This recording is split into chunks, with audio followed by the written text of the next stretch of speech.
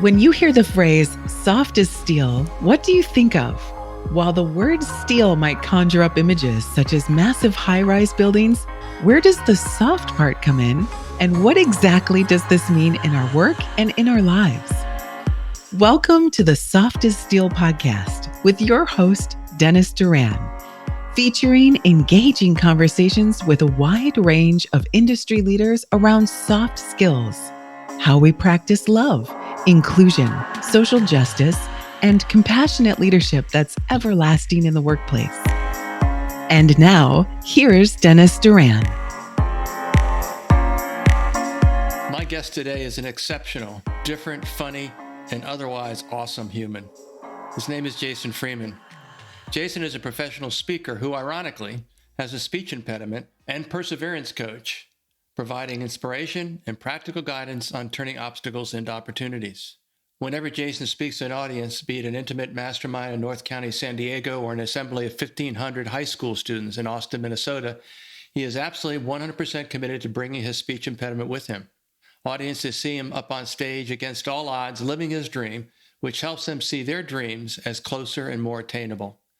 Jason has a unique walk, a love for country music, a sweet tooth, a mastery of fine arts and poetry, a TEDx talk, and a book he authored called Awkwardly Awesome, Embracing My Imperfect Best. His goal is to speak to millions of people in his lifetime. He hopes to inspire them to see the best in themselves, take their next step forward, and persevere towards their dreams, not only for themselves, but for the health and happiness of generations to come. He knows a lot about love, inclusion, social justice, and leadership. And that's why I asked him to join me today. Jason, welcome to the Soft as Steel podcast. Hey, thank you, Dennis. I'm honored to be here. Well, we'll see about that. So I added the last thought, which is where I want to start. As you know, the front rows of my typical audience are people in the construction industry. And as you'll remember, you were one of the fabulous ingredients in the Soft as Steel Summit back in February, where we talked about, in smaller groups, we talked about these 4 topics, 4 ideas, 4 important concepts, 4 important sets of words. And your thoughts and ideas in that conversation were extremely valuable. And obviously, we were speaking to a larger audience, just the construction industry. So I want to start with kind of a complex question. And I hope that you're prepared to wander a bit and just give me your thoughts on the question. The question is this: beginning with love, what does looking at love, inclusion, social justice as a group of ideas, what does that mean to you? Why is it important? How do you see it in your life and the lives of the people that you touch?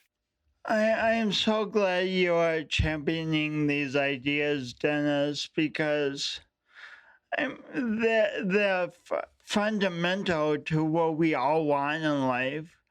We all want to be loved. We all want to be included. We all want to be treated justly.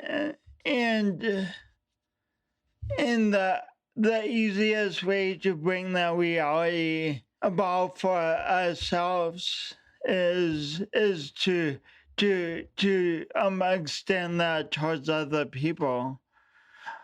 I mean, along with it being the right thing to do, which is focused on so much, but what I want to focus on right now is it really serves our own best interest to be loving, to be inclusive, to be just, because that's what we all want in our lives. Mm-hmm. In your life, how are we doing with those 3 ideas? As a community, as humans, how are we doing? As a community, as humans in my life, I'm doing exceedingly well.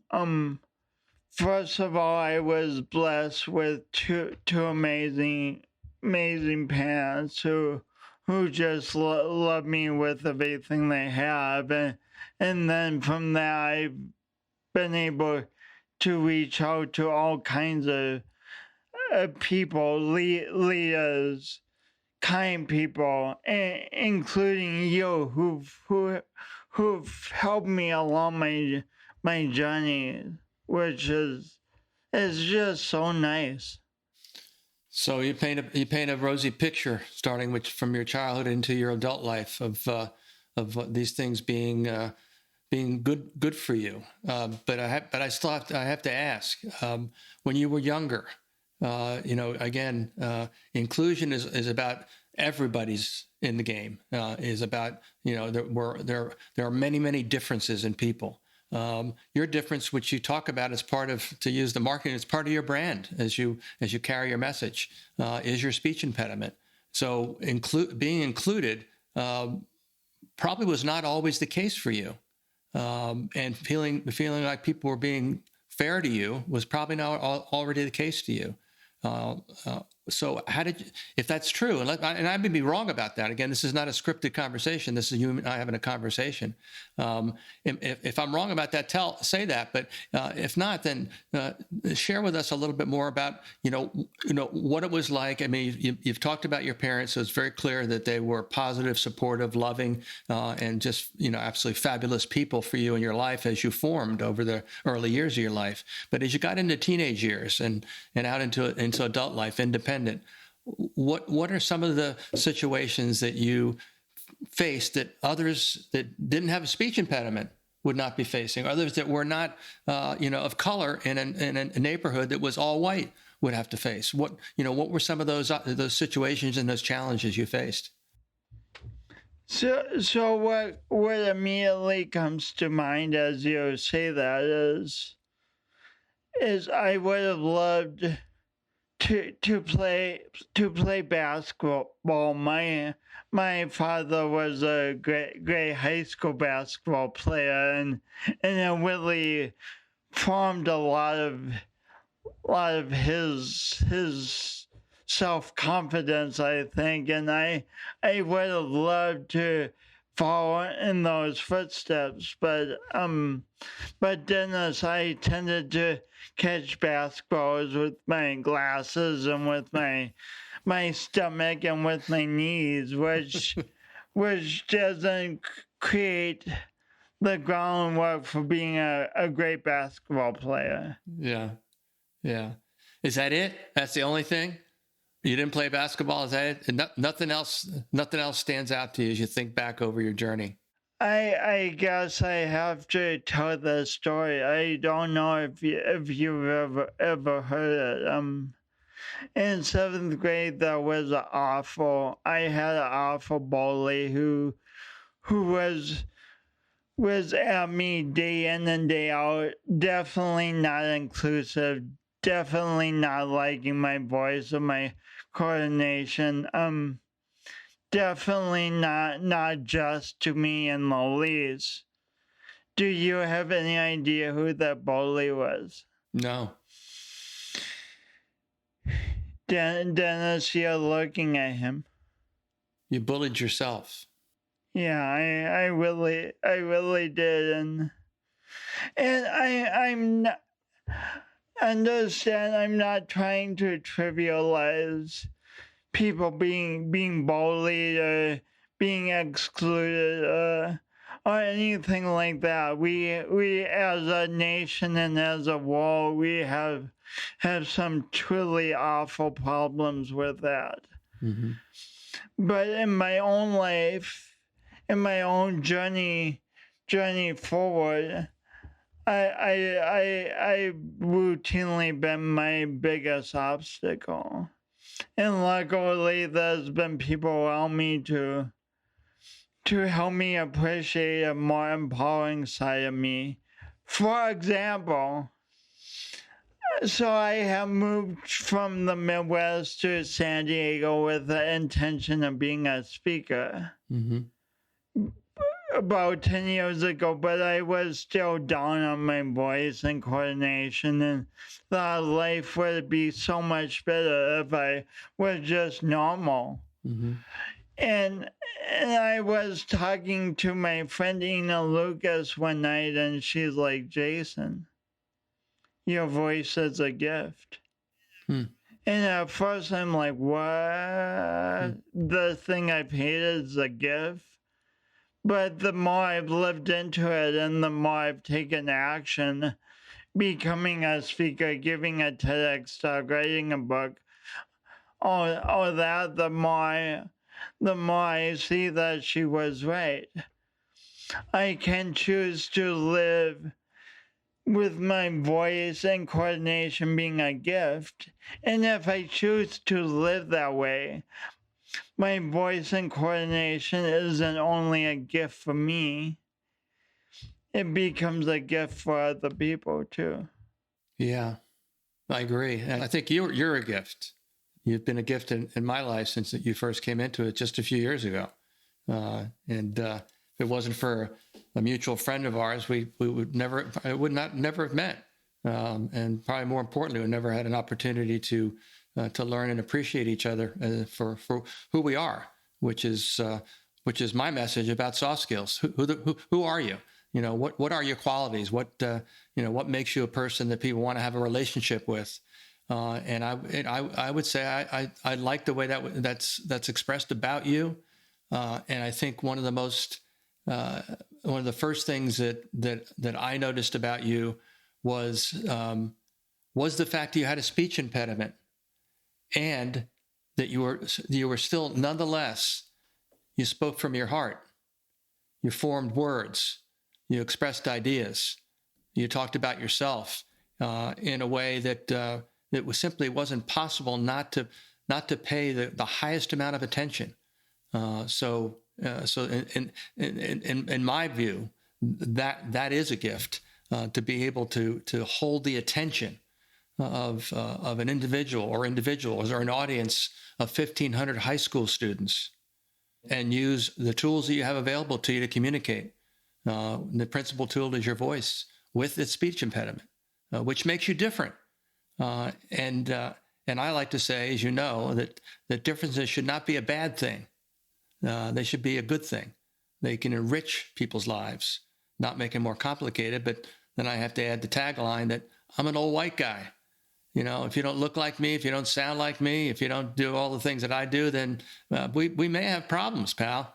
And unfortunately, that's still prevalent in a lot of places in society, and in the industry that I've served for over 40 years. Absolutely still present. And so I'm thankful that they're retiring in droves.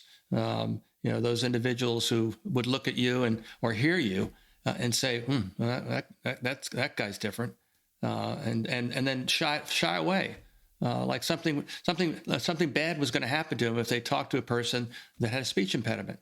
Or in my case, when I was in grammar school, my difference then was that I was a really chubby kid that wore thick glasses that for different reasons would very likely catch a basketball with my face. I wasn't as specific. I couldn't catch it with my glasses like you were able to do. So I would just get it straight in the face. And that was my identity, right up to the time that a bully, not myself. And I think that your concept of self-bullyism, You've brought, this is a whole new body of knowledge in self-bullyism. There's self-awareness, there's self-understanding, and now we have self-bullyism. And you can't even say, I can't even say it. Self-bullyism. So you can say it. I like it. I've never thought of that term. It's awesome. Well, write it down. You can use it, and you don't have to attribute it to me. Just go ahead and use it. But, again, here's the idea. And I can't think of a person I know that's better to talk about this whole notion of the fact that treating people, again, the golden rule gives us a set of words, treat people the way you want to be treated. Again, I think that sounds lovely, and maybe it is operational, but it also sounds in some cases whimsical. But I think that the notion that every human being is different from every other human being in a variety of ways. Some people say, well, how about identical twins? I said, well, no, they're not. They may be identical twins, but they're different from each other. And then you start to open the book that tells the story of the person, and hopefully it's an audio book, meaning that the person in their actions and their words tell their story. Those people become leaders if they're audiobooks, that you can see who they are and how they are with people in their lives based on their words and their actions. You are an audiobook. And so people listen to you. You've been doing what you do for a long period of time now. You have cred to audiences. And the one word that I don't think I've ever heard you use it to describe yourself, but the one thing which I think is subsumed in how you convey who you are to people that you meet is humility. I consider you a person that understands implicitly the importance of humility, of being humble, not being, I introduced you by saying, let me go back and look at my little screen, exceptional, different, funny, and otherwise awesome. And I think those are all appropriate words to describe you. I should probably also add to that, humble. And that really captures, your, at least a few in my view, your soft skills. To describe someone as being awesome, describe someone as being funny or having a sense of humor, describe someone as being exceptional. Those are all about the soft skills, which that I love talking about. What are your thoughts? Well, first of all, thank you.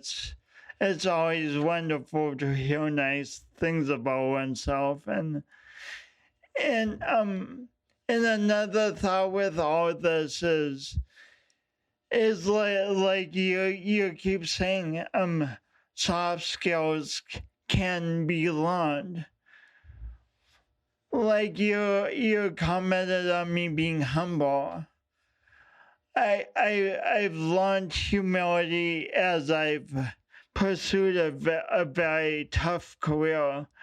Being a speaker with a speech impediment, come on, that's really challenging.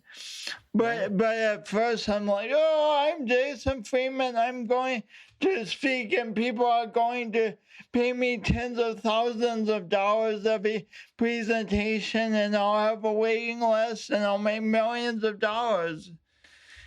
But then through the process of being in this career for almost 15 years now, I've learned that it's immensely challenging, and I've learned to be more appreciative of every gift I get, every opportunity. Like right now, you've given me an opportunity to be on your Soft as Steel podcast, and that's so amazing to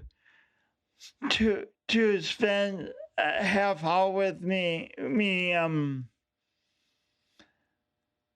talking to your audience about what we both believe in. What a gift. So anyway, my point about that is that what you keep saying, that the soft skills can be learned. Mm-hmm. Oh, one more thing. Is that okay? Oh yeah, we got time. Yeah. You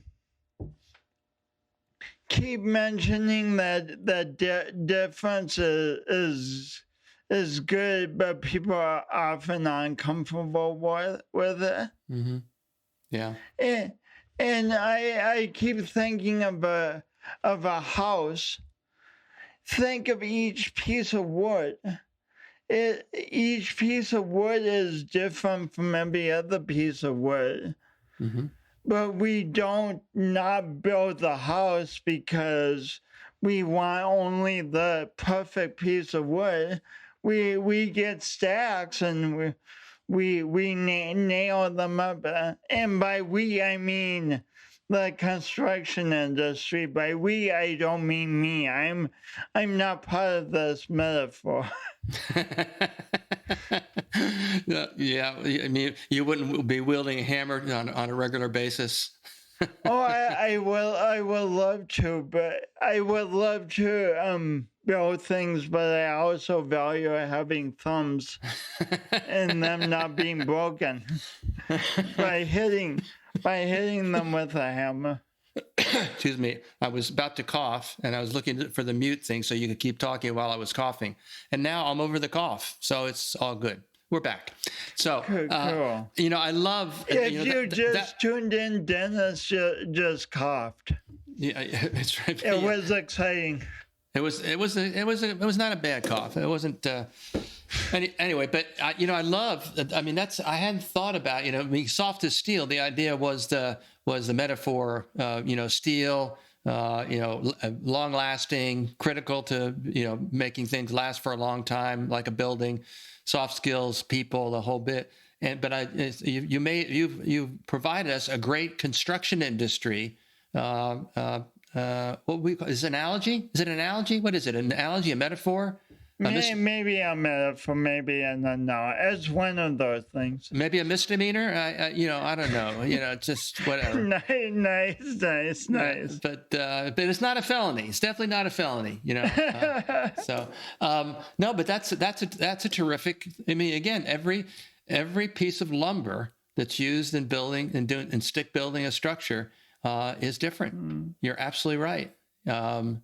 And different, actually, it focuses on that part of, to me, the essential nature of recognizing differences and how important it is to be willing to understand them, appreciate them, and use them as a basis for building relationships rather than not building relationships. So I think it's I think you're up one now on brilliant comments in this interview. So I've got my work cut out for me, and we only have another 8 to 10 minutes for me to say something brilliant, which is probably not going to happen. Anyway, so let's talk about leadership. In your words, tell me everything that you want to tell our audience about what makes a person a great leader. Well, I have to talk awfully fast, and no. So what makes a person a great leader?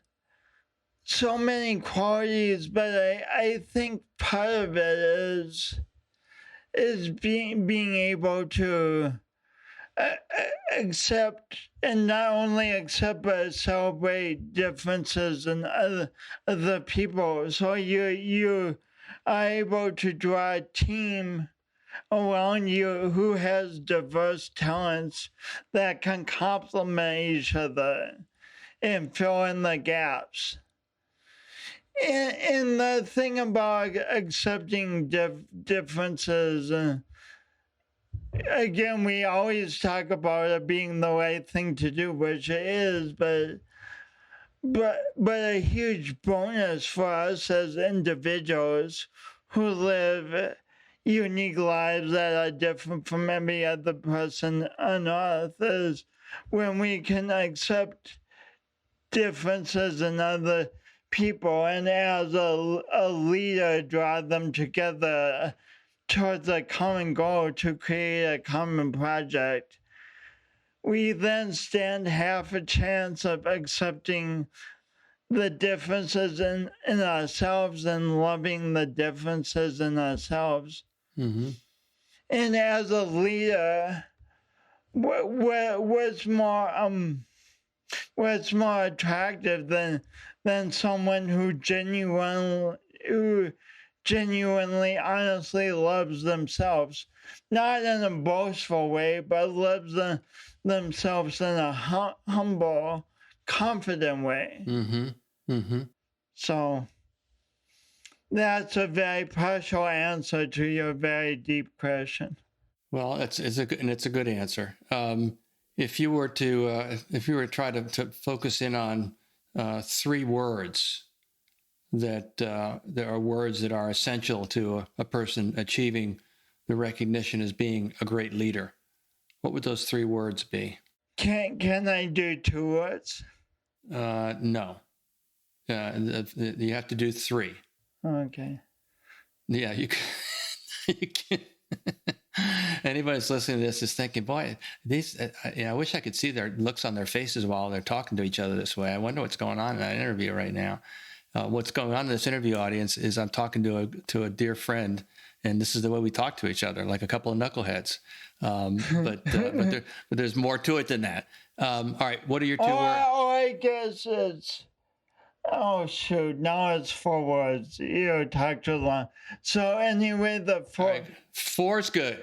The 4 words are do your imperfect best.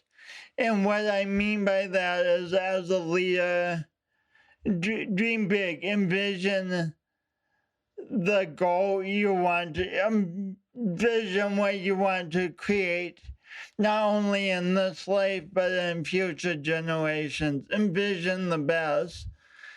And then as you and your team go for it and mistakes happen and challenges happen, instead of throwing up your hands and going, oh my gosh, it will not work, and doing something that's easier, hey, learn from the mistakes, the challenges, the problems. They happen to everyone. Learn from it all and just keep moving forward. And encourage your team to do the same. In your organization, someone shouldn't feel like they've done something horrible when they made a mistake, but they should feel that, hey, I made a mistake. I need to be responsible for it. And this is a learning opportunity for me and the organization. So let's acknowledge the mistake, learn from it, and move forward. Mm-hmm. Move forward. Move mm-hmm. forward. Mm-hmm. Yeah, I agree. I accept your 4 words. I agree with them. And coincidentally, I attribute this to being part of the brand of your message, because you talk about being your imperfect best when you refer to yourself. And again, I hadn't thought of it until you just uttered those words, but that's the proof that you're a person who can also fairly, reasonably, and with good reason be described as being humble. Because to talk about yourself as being your imperfect best is humble in itself. I guess what I want to distill from that is a great leader in your experience as a leader, as a thought leader for sure, is that humility serves you well. It provides you the ability, because again, our good friend, I was on a mastermind group call last evening, and 2 of the 5 individuals on the call had in their background of their frame of their picture a poster that read, "Do what you love in the service of people who love what you do." I know you haven't heard that phrase before, but if you have, you know where it comes from. And I know that as far as what it means to me, it's essential. It's my mantra to use it. And I think you probably align with the vision that expresses without much effort. Yeah. Because if I were to describe, why you are succeeding in carrying your message to help people just by being who you are, in every regard, that you are doing what you love, you are serving people, and they love what you do. And I do as well. I love what you do, and that's why I wanted you to be part of this conversation today. Any last thoughts, my friend? Just to everyone listening, it always sounds easier when 2 people are talking about it. But in the practice of actually moving forward and incorporating these ideas into your life, it can be much more challenging, but that's okay. It's normal to encounter challenges as you expand and grow as a leader. And I just want to say thanks for being on this challenging journey. And thank you so much for having me, Dennis. I deeply love what you do and the messages you are encouraging people to embrace, and the things you are encouraging them to learn and practice.